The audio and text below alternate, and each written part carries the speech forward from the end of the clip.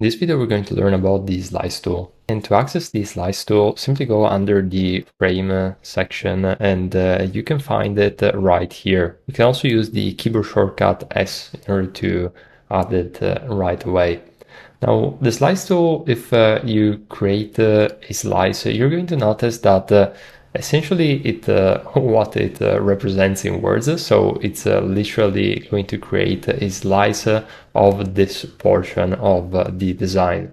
And the beautiful thing is that I can create multiple slices in one single file.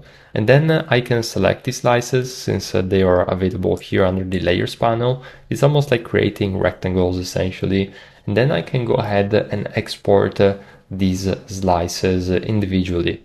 So this is actually going to be quite useful to give you some real life visuals in web design context. So for example, if I wanted to keep the slices of specific images always there available for download, I can literally go ahead and, oops, I created a section.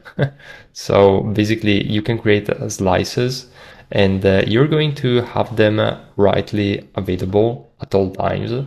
So I can go back into this file after many months, for example, and I'm still going to have those slices available, and also the team is going to have them.